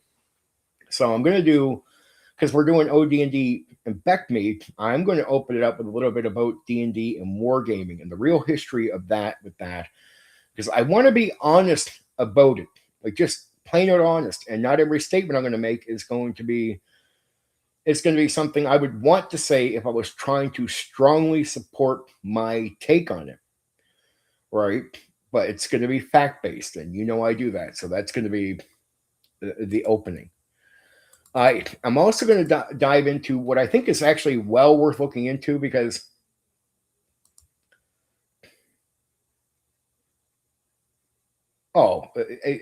basically you got to put that ahead of your bullshit, and because it's building up credibility in long term, right? It might not always be exactly what you want to say, but then the people that you talk to trust you, because they'll be like, well, Stephen will say the facts even if they don't support him in a certain way. So but I can trust he'll go to the facts. He'll put those above what he might want to be pitching out there, that this is the truth, but hey, this doesn't totally strongly back it up. It's just, you got to be honest.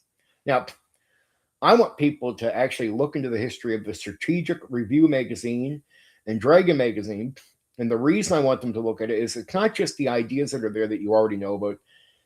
It is a lot of the thinking like involved in game design back then, and the thinking around these ideas that is lost in history.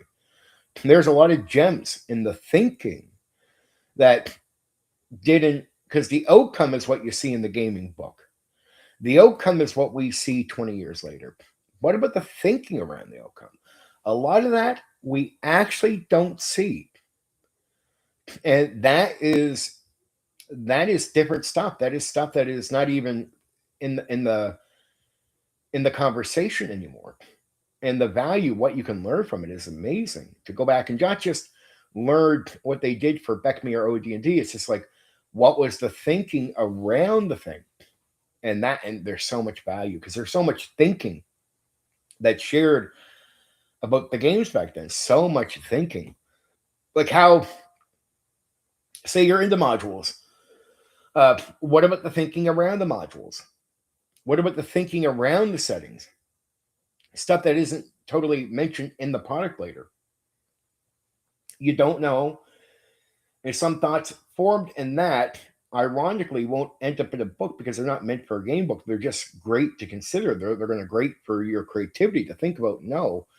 But if these ideas and thoughts are lost in history and they're not even being brought up in the conversations anymore, you realize there's a lot there to be had. So I want to go over to the two magazines because they have a lot of relation to Beckme and OD&D.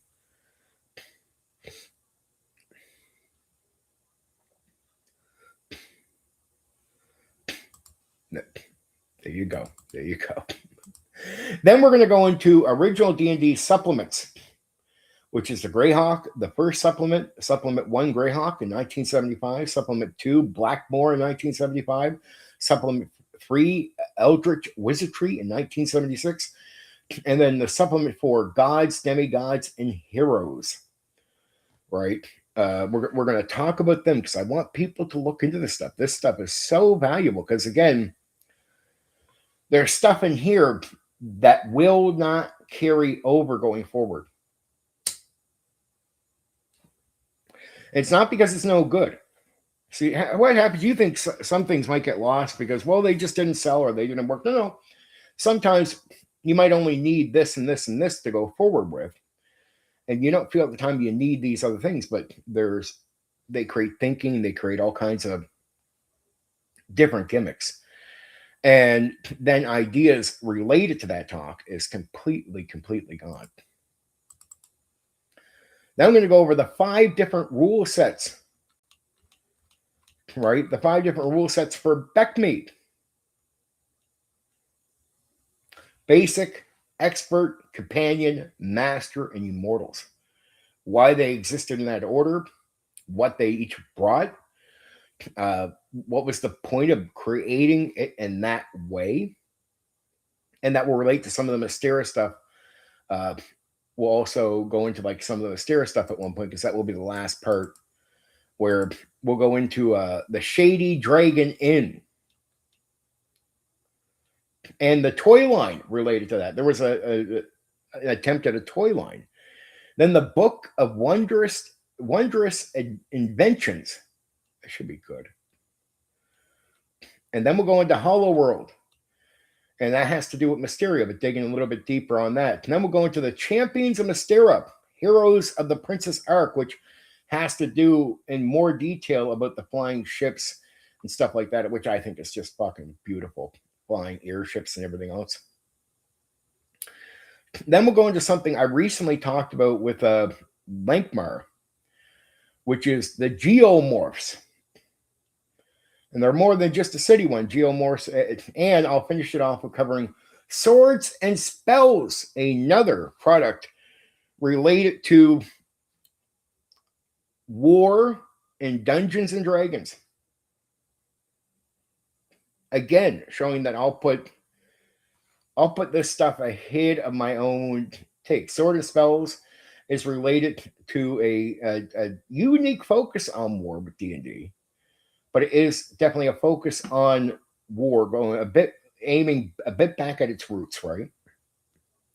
Swords and Spells. So that's how I'll finish. And even its connection to chainmail, right?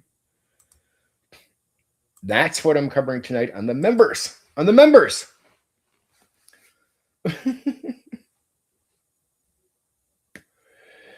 Once we get over to the members, tonight I'll just be entertaining. So even if you're running around doing the baby stuff and all that, Black Rose, No worries. No worries, kiddo. The off script is just a chance for people to have had a bit of time with me beforehand. I'll probably be ending it very soon here. Very soon. Very, very, very soon. Though DK asked me a good question earlier about a mid 1990s system, which I sort of know of. Just I never even heard of I heard of one game attached to it, and it was so vague. When I finally went to read, like check what he was talking about, I was like, well, okay, I've heard of this, but very confusing because I don't know every detail about everything in the hobby, and my memory can be shot, dude. I'm 46, like I said to him, he's 46 too, so he totally gets it. It's like he's talking about like 1995. I'm like, dude, I was 15 years old, and unlike other guys, there's a lot of guys in the hobby, Black Rose, that will say they played or ran a lot of games, and when you get to the details, they talk about like 20 or 30. Man, I really did. I ran and played like in like 60 plus games, and I'm not including what I've done in the last year prepping to do streams going forward. So I've played in a lot more games secretly uh, since getting ready for this whole new change, right? Very important. Very important stuff. So uh, I I think by the end of next year, I'll be able to say, including new games, that I'm close to like 100 games played or ran in some way. So when I say I've taken part in a lot of games, that's what I mean. That's what I mean. Now, is every one of them like long campaigns like D&D? No, no. I mean, we're just not the same gimmick. It's not every other game is like 12 or fucking 10 years or 5 years or 2 years. Though I've done all that. I've done the amazing amount of years in D&D games. I've done those long campaigns, but most other games, it was never that type of commitment, even though some of them could last over a year, even in going in 2 years. But no, I never committed the same amount of time to other games as I did to D&D on certain campaigns. Started with interruptions on yesterday's stream, and all it became a series of horrible events and repeated changing of bedrooms. Oh, with the family. Yep. Well, sounds lovely. I'll be on for a little bit more at least last night. Hours of sleep. But no worries. I'm half dead, but fully committed. I do this so often that I'm good at putting a face on. And I give myself no choice. Like you got things to do. I get it. I give myself no choice there. I'm here to work. I will show up no matter how I feel. I can't even tell you, like some of the nights I giving you guys hints like I'm sick tonight. I'm like, I'd be sick, I'd be there. I'd be feeling like death, I'd be there. When it comes to being a game master, I'm the same way. I'm someone who games get completed with me because I show up. Like that's the reason I actually get things done in the hobby. I show up. Like I show up. I start on time. I show up. With YouTube, I start earlier than on time most of the time because I show up. Very rarely do I say I can't show up for something. And trust me, when I can't, I can't. I have no choice. It's beyond my control at that stage. It's never from laziness. I never just not show up because I want to play games that night. Though sometimes I will put off a little research when I'm putting standards on myself, but it won't be research that won't get done in time. It just means, yeah, I've seen myself do some research where it's the day before, even though I've had like maybe 3 days, but it's a day before I'll finally do the reading. Yeah, it is rare. It is rare, but I mean, it's part of what I do in life. I commit to things and get things done. It's why people trust me. It's why I have certain relationships. It's like if I'm hired to do something, it's safe. Stephen will get it done. Stephen will show up, right? If I'm doing YouTube, if I do a show with you on YouTube, guaranteed safe every time. Michael McLaughlin, good evening, my friend. Good evening. We're not at the end. We're not too far off. Off-script stream is no exact topic, my friend, just to let you know. Just a random tabletop role-playing game stuff. You're welcome to ask me a question. I'll see what I can do about answering it. I don't know if I'm going to know what you're talking about, depending on what you ask me. But I have a lot of stuff covered. You can always check that out. I don't know if I don't think you're a member. I have no idea who's ever a member. Nope. Because I soon start members only stream. Yeah, dude, that's just the way it is. Sorry, but yeah, I mean, you're welcome to ask me a question while you're here, like if you got one. But if not, just thanks for saying hi. How you doing? I hope you enjoy whatever you do watch here. Hope you enjoy the content. But yeah, Black Rose. It's just that's why if I make a promise, like if I did a stream with somebody, if somebody agreed to do a stream with me every week, they're safe. I show up. Like if it was every Thursday, I'm there. Right. I'm such a committed person, and I come through on my things, and I show up. I actually show up. That's why I have good relationships in life, because I'm someone who gets the shit done. I show up, and I don't have excuses. Like you're just safe, and I can commit to long term. Like people like look at my games I've been doing the reviews on. I just come through, man, and I can go long term. So you're safe with me. I commit. And I'm always putting that evidence out there in the world, because that is who I am. But that's also, it gets you ahead in life. And it goes, again, as a game master over the years, it's why I can say, compared to a lot of guys I know, my campaigns got completed. My game runs got completed. And people are like, yeah, well, I don't believe you. Well, here's the difference, dude. A lot of guys you probably know are half-assing. I don't. Oh, dude, Michael McLaughlin. I'm all about that. The off script is slightly a bit different. You're always welcome, though, because I'll randomly talk. So you're always welcome to paint your miniatures. I believe in streams as entertainment. I don't always need people to chat with me, especially if I'm covering games, right? If I'm covering games, sit back, don't say a word, paint your fucking miniature, drink your tea. I'm going to take care of you. Right, for a few hours, I'm just going to take care of you. I got your back. I'm going to entertain you for a little while. Our script can be a little bit different, though. I'm not telling people they can't sit back and just listen. Of course, sit back, work, do what you're doing. But it is more about audience interaction. So it's like if you like, I even tell the guys that usually quiet. If you're quiet through the week, but you had a few questions, or they come up to you, save them for off script or something. Like, throw them at me if you're not going to bother chatting that night. Maybe off script would be the place. But even here, I'll talk for a while, and that will be it. I'm a bit more flaky than yourself, but even amongst my group of friends, I'm a reliable one. I might be delayed due to family stuff, but I keep promises and appointments and communicate well.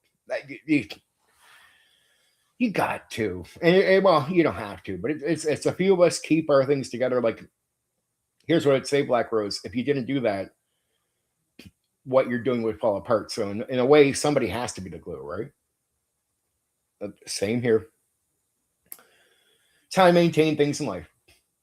Someone has to be the glue. That's why I'm disappointed with some people with the YouTube stuff. Like I'm good. I'm good at showing up long term. I'm good at committing. Like I'm not shy. I don't mind being confronted. Like all the things people used to say about me is like, because they assume this, because I just didn't have time to do streams or something. Well, he can't handle this. Well, obviously I can. He can't do this. Well, obviously I can. And I commit on a level I find most YouTubers can't, especially for the guys out there that are looking for somebody to stream with or do things with. Ask them. They get a lot of horror stories for guys that can't show up, or they're flaky when they show up, or they're just like, that's not me, baby. I'm going to be there. I'm going to be there and kick ass. I'm going to be there and kick ass. Well, thank you, Michael, for just saying what's up. I appreciate that. I hope you get to check out more of the content. I don't know how long you've been around, but if you've been around for a minute and you appreciate what's going on here, I appreciate you. Thanks for saying hi. Well, we should rip the Band-Aid off. Do you have a reaction to Hasbro Gen Con D&D? Oh, I'll have, fuck it. I'll respond to this.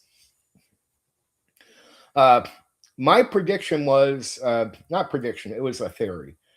that you could end up seeing Luke Gygax working for D&D, and I wasn't sure if he'd have a more of a head role. My hunch on that was wrong, but he is now working for WotC for D&D. I personally don't mind it, so I don't have it. Like, to me, when people had an issue with the way WotC has dealt with the Gygax family and that, I'm like, well, look, it's not my daddy, it's not my family, it's Luke's family. And if the new CEO at WotC decides we're not going to, he's not on board with that, the past, and he comes out and says, we apologize, and he's able to represent the company, and Luke accepts it, I was like, that's good enough. That's his father. That's his family. That's none of our fucking business. That's none of our fucking business to judge. So right there, that I'm completely fine with Luke working for WotC on projects, and yeah, hopefully something good comes of it. Now, as far as the rest of the announcement, well, I'm not big on WotC editions, so I hope any of the good work or any work they do that's good, like say Dragonlance or anything, is stuff we could adapt. Us old school people like to adapt stuff. We do this all the time, so if it's adaptable, that would be nice to see. I like the fact that they are trying to go in a different direction. You can't, as much as you want to change the history, you can't control things. So it's like, okay, if they got it and they're going to go in a different direction, that could be good. Could be. When you get to the Dark Sun stuff, the reason I'm not saying anything about that is because there's so much more to be said. Like, I look at Gen Con more like here is announcements, and other than the thoughts I'm giving you, Michael, it would be unprincipled and unfair to assume too much. It would be unwise to make statements that are negative or even positive in certain ways until we know more. Do I think they could have done more? Well, it depends. See, there's a minority in the old school that has a huge issue with the way WotC has been, but here's a reality they might not like.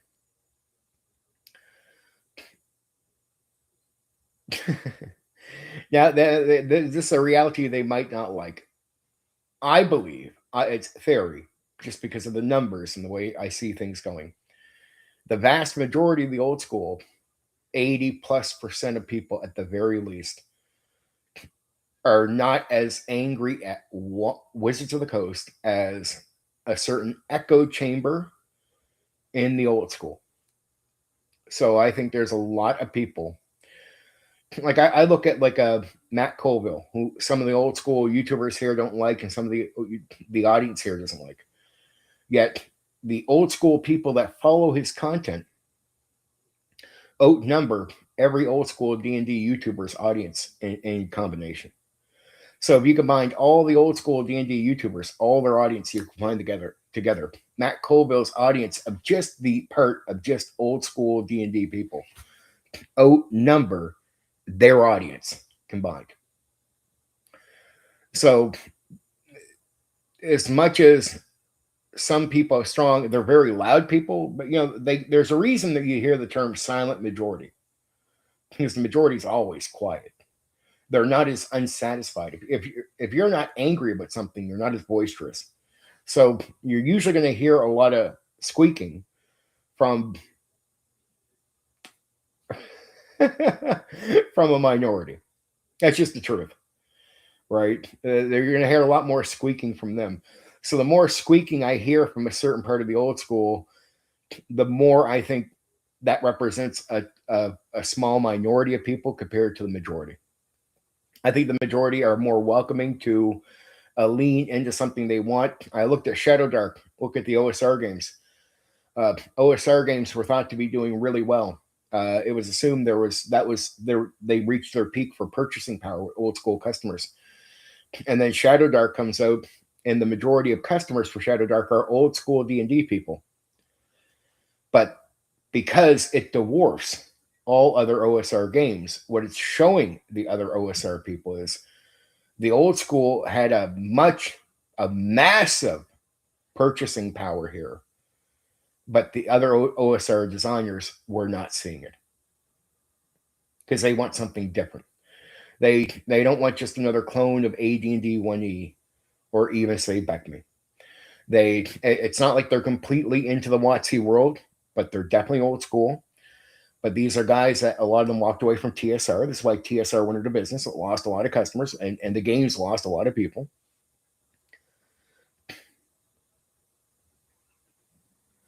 Yeah. This is Michael. You're sharing an opinion. I think is more to do with the real majority. I think there's nothing wrong with you wanting to give them a chance. Look, at the end of the day, they got to produce, right? And look, they're taking their shot in the dark, Michael. So I actually think it's not bad that you're giving them an opportunity. But if they flop it, oh man, because they haven't really tried this road. You got to. I think you would agree with me, Michael. They've been flipping off the old school like this for years, right? Flipping off. Barely ever leaning into them. Not mentioning certain people like Gary Gygax. Now they've decided to apologize to Luke. Go do a Greyhawk thing. Lean into Gary's history and his legend and his name and respect him. Respect the past. Bring Dragonlance people in. Bring the guys who made Dark Sun in. Actually bring in, not just them trying to have a young crew of people that wouldn't agree with them try to reframe all this. They're bringing people in that actually made the stuff. So this is a major investment and effort.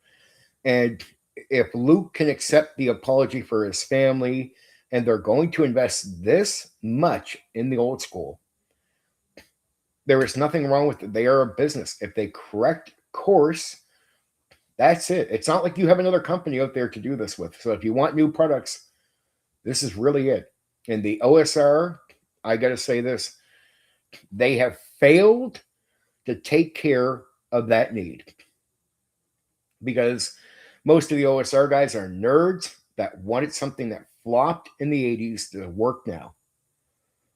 Right? It flopped in the 80s. There was a reason it did. And no matter how much you want something to work, if it just doesn't, it just doesn't. And you keep trying to kick a dead horse. That's what a lot of the OSR guys did. Kick a dead horse. And you serve a tiny minority. That's a small purchasing power. And then you see Shadow Dark come in, give something alternative away from the dead horse kicking. And right away, you see a massive amount of purchasing power from old school customers that was not aimed at the other OSR games whatsoever. And that means people were, if they were trying to make money and hit the majority of old school D&D people, they flopped. The OSR flopped. It didn't do the job. And WotC owns the stuff. So it's at this point, it's like, even I would hope the CEO is kicking WotC in the ass and saying, you should have done what I'm doing for you sooner. Right?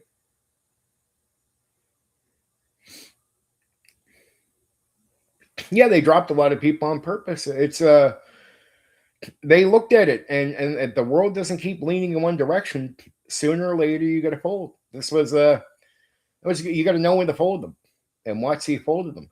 But at the same time, it's sad because when you look over at the OSR and other groups, they had opportunities to take care of the stuff, and they dropped the ball. Oh yeah.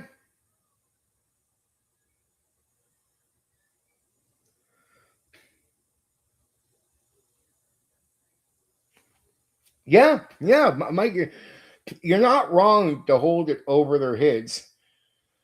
But at the same time, you can't get into this we can never forgive thing because too many people do that in history. You can't. At the same time, I think there is a line. Like there is a line. That means, okay, at this stage, now that they're finally taking the turn for the first time, they're going to try. To me, there is a point where if they flop after this stage, they're going to hit Hollywood. And yeah, Black Rose, true. But here's what I'm going to say. This is what's going to happen. The Hollywood thing is going to happen to them. Hollywood did this. It did the whole flip you off for years, right? Then at one point, it pretends to give an effort, lean the other direction. Instead, it says, ha, tricked you. We just gave you a little bit, back to flipping you off. And the audience suddenly, out of nowhere, finally said, that's enough. And you won't see every movie take a hit. But look at He-Man. That was more neutral. Took a major hit, lost money. Movies, and even the John Wick related movie that wasn't bad, with a woman, I forget. I just got to be honest, I forget what the movie is called or who her name was. But I was told it was actually okay. Lost a major amount of money. It's because they hit the line where they took their chance going the other way. People were willing to give them a chance, start coming back into the theater, start coming back to movies more than they had previous for like the last 2 or 3 years. And that was the thing that destroyed them. Hollywood has been harmed in a major way because they made this major play of like, okay, we're going to finally turn around. They did for like a movie or two and then went back and said, okay, we're back in the other direction again. And the audience went, that's it. We're done. You've hit your line. We're done with you. And en masse, the audience has abandoned most movies en masse in a way we have never, ever seen before. And Hollywood is admitting this openly in their with their journalists and their news. They're openly admitting it. The critics of Hollywood are all saying the same thing. It's pretty bad when Hollywood, the journalists, and even these YouTube critics are all on the same page because there is no way of getting around it. They have screwed the pooch, and they realize they have. In a major way, they've screwed it. And Hollywood is not going to recover so easily. WotC, in my opinion, and Hasbro are in that moment now. And they have a decision. You better turn this around, and you better stay on a path. Because if you do what Hollywood did, which is, well, let's act like we're turning around, and then go right back in the other direction again. That's it. Because even the guys that are open-minded, a lot of them will fall off right away. It's like, man, look like Dragonlance. They brought the old people in, and then you're going to read Dragonlance, and it's something to do with some politics and woke, and it's like, okay, that's when people say, done. Done. And I'm talking about the people that are giving them a chance. I'm not talking about the people that will refuse. I'm talking about the actual audience that is willing to be open, like you, Michael. A vast majority, in my opinion, if they suddenly took Dragonlance and just demolished it with politics, you're done. Go culture war, you're done. You're absolutely done. That will be the line. What's happened to Hollywood will suddenly happen to them. It will be like, oh, you teased us with something good, and now we're right back here. Fuck you. We're done. We're done with you.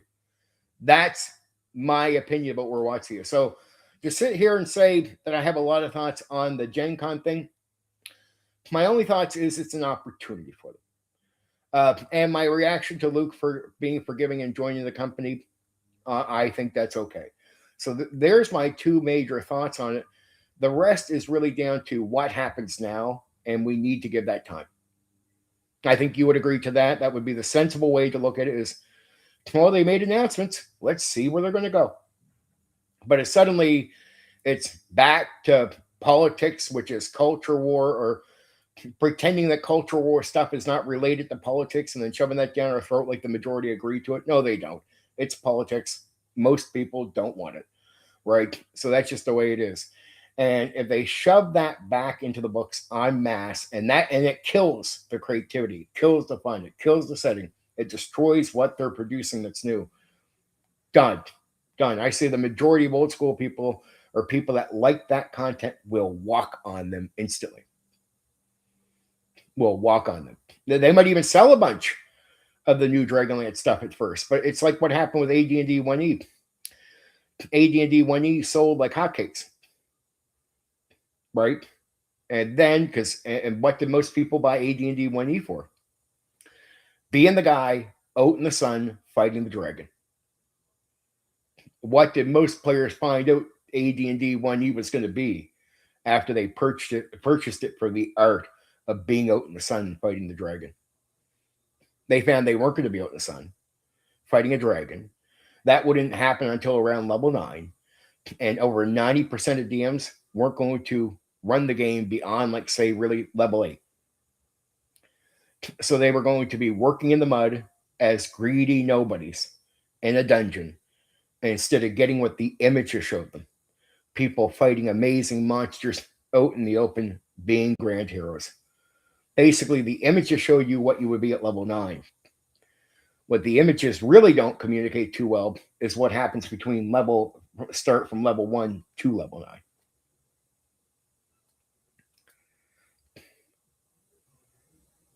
Yeah, I'm not talking about even sides of the political fence.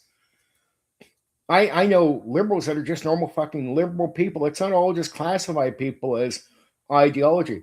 No, liberals are the majority in the hobby, and they love the old stuff. They don't want it messed with. And guess what? When you go to the 5e world, the whole woke nonsense only represents a very small portion of those people. The majority of them are still fucking normal nerds, right?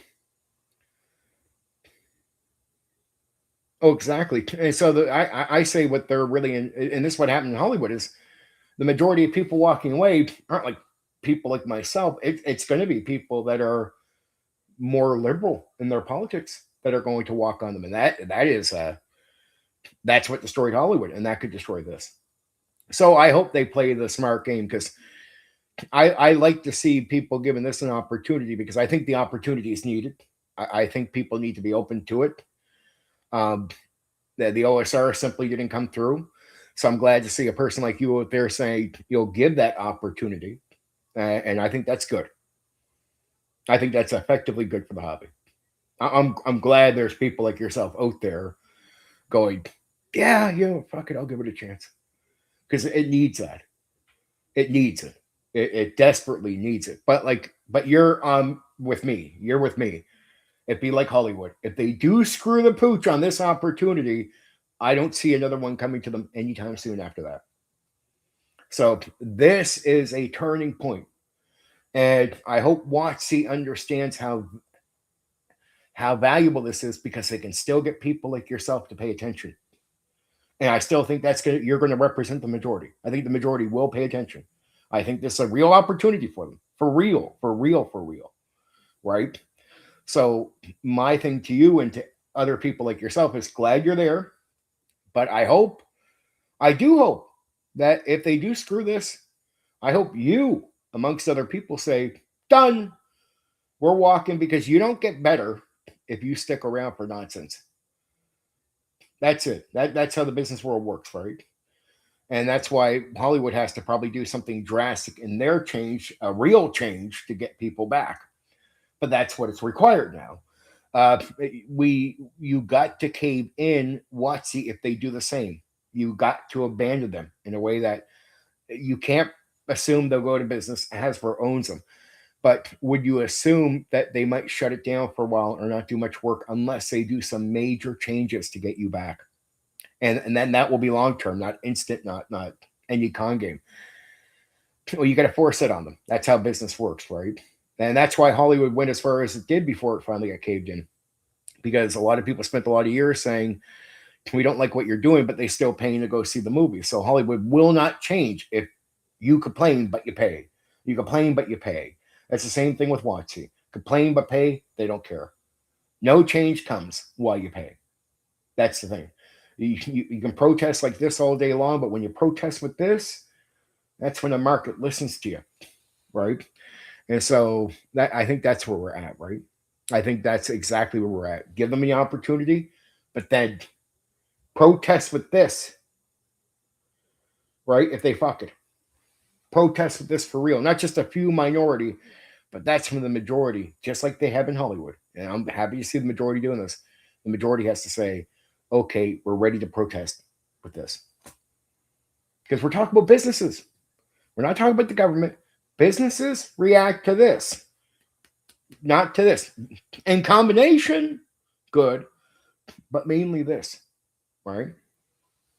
So, and you got to get to the point where you're so unhappy with them that you would do it. And I think for a guy like you, it's nice to see that you're open-minded, but if they're going to fuck up, obviously that's the magic to get even a guy like you to say, okay, I was open-minded at first. Done. Baby, done. Okay, I got about 20 or so minutes here before I got to start members only stream. Michael, really appreciate. I know you're sitting in the background, but I'm really happy you stopped by. You said a few things. You're welcome here anytime. I hope you do enjoy the content. And I don't know how long you've been around, but we'll get to know each other over time if you want to. Black Rose, I'll see you in about 15 or so minutes on the other stream. Okay, guys, I love you.